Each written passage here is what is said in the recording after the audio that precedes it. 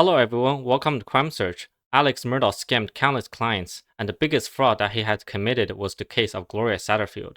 With more details revealed by Alex Murdaugh recently, we finally get to know more about this case. Let's dive deeper into the Gloria Satterfield case. Alright guys, before we continue, as a thank you to all of you who's been supporting the channel, I am hosting a giveaway. All you have to do is subscribe to the channel, like and comment on any video. The hosting period is from today to June 2nd, right before Father's Day. I am giving the lucky winner a tie from Brooks Brother, perfect for Father's Day gift. Not sponsored, but it is my favorite clothing brand, even though they filed for bankruptcy. I will announce the winner in a video and also by community posts. Right now is a really good time to enter the giveaway as there's not many subscribers. Good luck guys.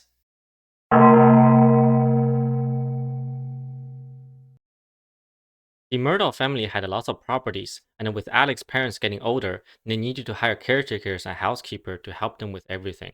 Gloria Satterfield worked as the housekeeper for the Murdaugh family. She was a widow woman who worked hard to provide for her two sons, Tony and Brian. Brian had special needs and Gloria did her best to provide the best care for him. Not only she was a good mother to her own sons, she was also a great mother figure for Paul. The only picture that Paul kept in his wallet was Gloria. She was like a second mother to him. She helped Alex and Maggie to raise Buster and Paul. She had been serving the Murdaugh family for over 20 years. Alex also returned a favor by providing legal services for them a few times. Alex helped Brian with his grandmother's estate. Alex also assisted Brian after an accident that left him with some injuries. And Alex also assisted Tony with his deceased father's estate. Therefore, both Murdaugh and Satterfields had a good relationship and a mutual trust that lasted over 20 years, until February 2018.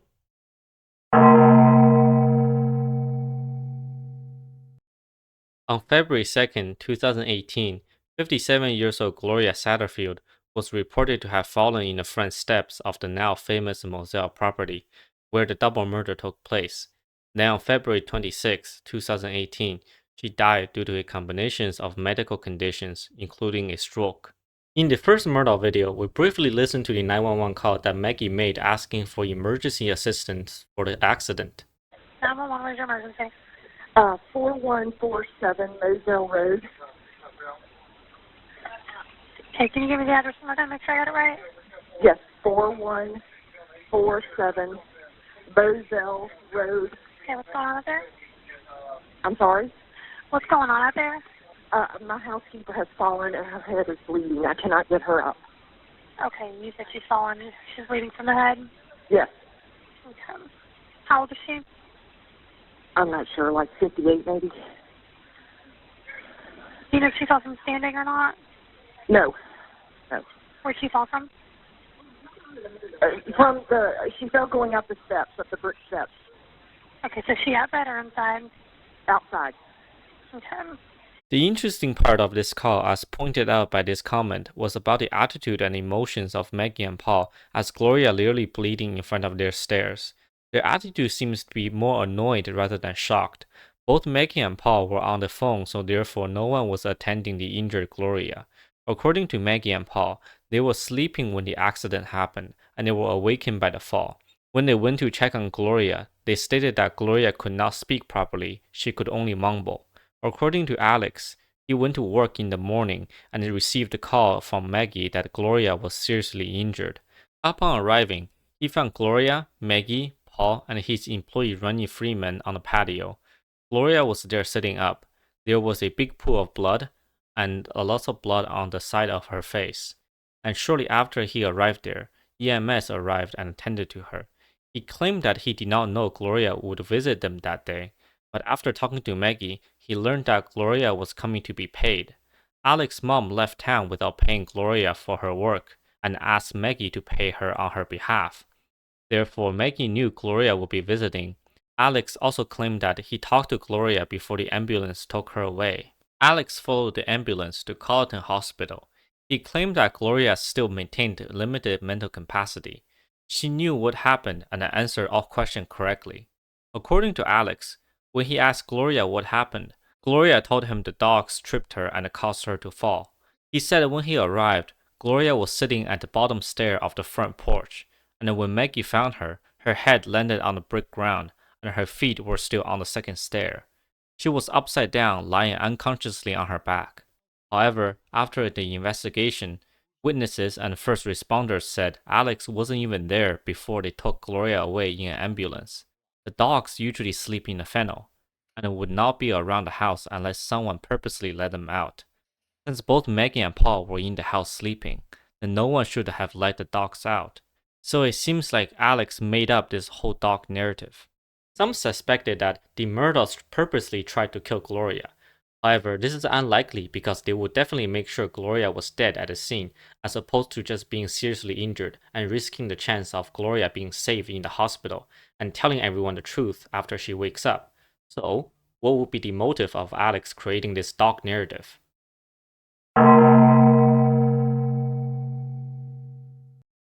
Later, Alex told his insurance company that he was there before the EMS took Gloria away, and his dogs caused her to fall. Since the Murdaugh family employed Gloria, the fact that their dogs caused her to die would make Alex liable for this accident. Therefore, his insurance company would have to pay a large settlement. Whether she lived or not, Alex still have to be responsible for this accident. At Gloria's funeral, Alex suggested Gloria's sons, Tony and Brian, that they can sue him for a good amount of settlement. He told them that he has a great insurance policy and he would arrange to sue himself and his insurance on Gloria's behalf, and they will be all set. That was when Corey Fleming came in. Alex briefly told them that because they were suing Alex, Alex cannot represent them in court. However, Alex also did not disclose his relationship with Corey. Even though Corey was representing the Satterfields in court, Alex was still the one who planned everything. Alex even filed paperwork on several occasions on Tony and Brian's behalf. He also set himself up as the contact person that Tony and Brian would communicate with for the lawsuit. During the double murder trial, Tony Satterfield stated that he thought Alex was his lawyer the entire time for Gloria's lawsuit. Therefore, Alex acted as both the plaintiff and the defendant. This is a conflict of interest. Tony and Brian did not have a chance to speak with Gloria before her death. Again, the Satterfields fully trusted Alex even though their mother could not help them anymore. On March 8, 2018, Corey filed to put Alex on notice that he will be suing Alex on behalf of Tony. On May 24, 2018, in a letter drafted by Alex's firm, Alex was asking for Gloria's medical records, claiming to represent Tony. This again will be a conflict of interest, as Corey's firm should be the one requesting such information, since Alex was already defendant and cannot legally represent the Satterfields. In all honesty, this would not be a serious issue unless Alex and Corey plan to manipulate this case to milk money out of the insurance companies. But this was exactly what they did.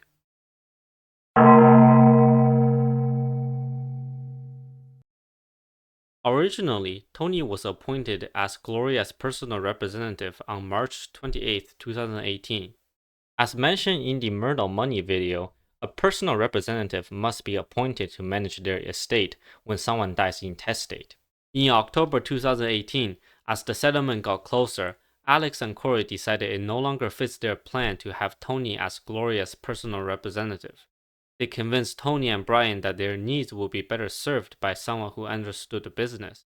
This is when Chad Westendorf came into the story. He has been the vice president of the Palmetto State Bank since 1999. Palmetto State Bank is Alex's partner in crime, and its CEO Russell Lafitte helped Alex steal money numerous times. On October 31, 2018, Brian sent a renunciation of the right to administration.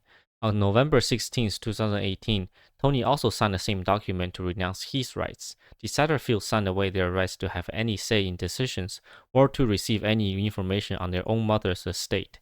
The initial settlement check of $505,000 was written on December 4, 2018, and delivered to Corey's office on December 6, 2018. However, at this time, Chad's appointment had not yet been made in court, therefore Tony can still represent Gloria. But Tony was now asked to attend a court hearing for the settlement, nor was he even notified that this check even existed. Instead, Alex and Corey intentionally concealed it until Chad could be appointed in court as Gloria's new personal representative. After being appointed, Chad never communicated with Tony or Brian, never opened a state bank account, never obtained the FEIN number for the estate, never communicated in writing with the Hampton County Probate Court, and never provided periodic inventories and status reports to the court. He did not do his job as the personal representative, which was intended by Alex and Corey so they can steal the settlement. The initial settlement was divided up at $475,000 went to wrongful death, $25,000 for survival action, and finally only $5,000 went to medical bills. The wrongful death is paid directly to the beneficiary for the loss of loved one, bypassing the probate court.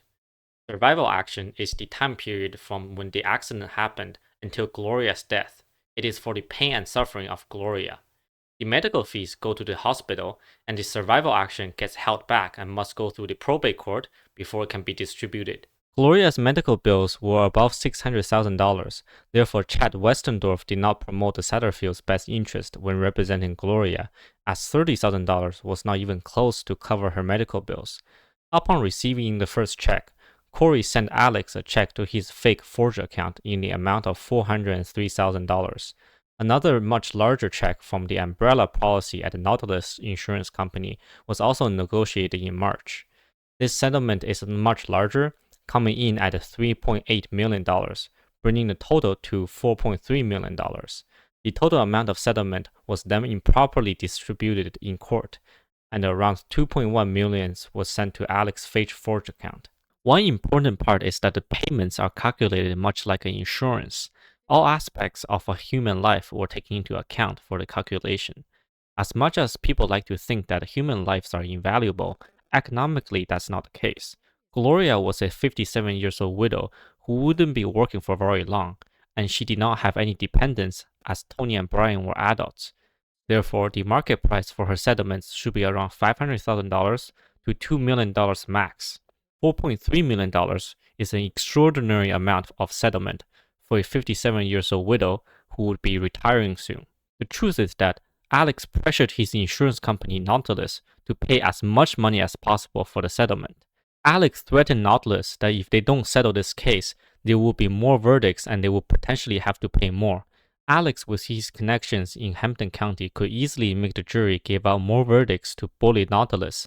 However, this move was a double-edged sword, because Alex milked all the money out of his own insurance policy when his son Paul got into a boating accident and caused the death of Mallory Beach. Alex had no insurance policies to pay for her death, leading him to getting investigated financially. The Satterfields were ultimately able to recover more than $6.5 million after filing lawsuits against Alex.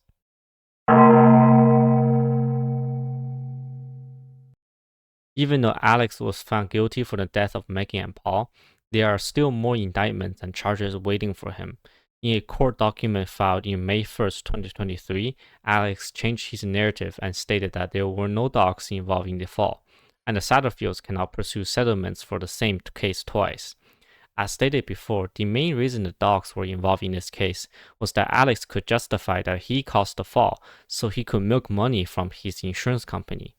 Now he is stating that there were no dogs involved in the case is his way of trying to disconnect himself from the death of Gloria Satterfield. Stating that the Satterfields cannot pursue the settlement again for the same case is another attempt to keep his money. In the end, whether or not there were dogs involved really does not matter anymore. Alex used the death of his housekeeper to scam money out of his insurance company, and now he is doing everything he can to keep this stolen money. Thank you for watching. Stay safe and stay alert.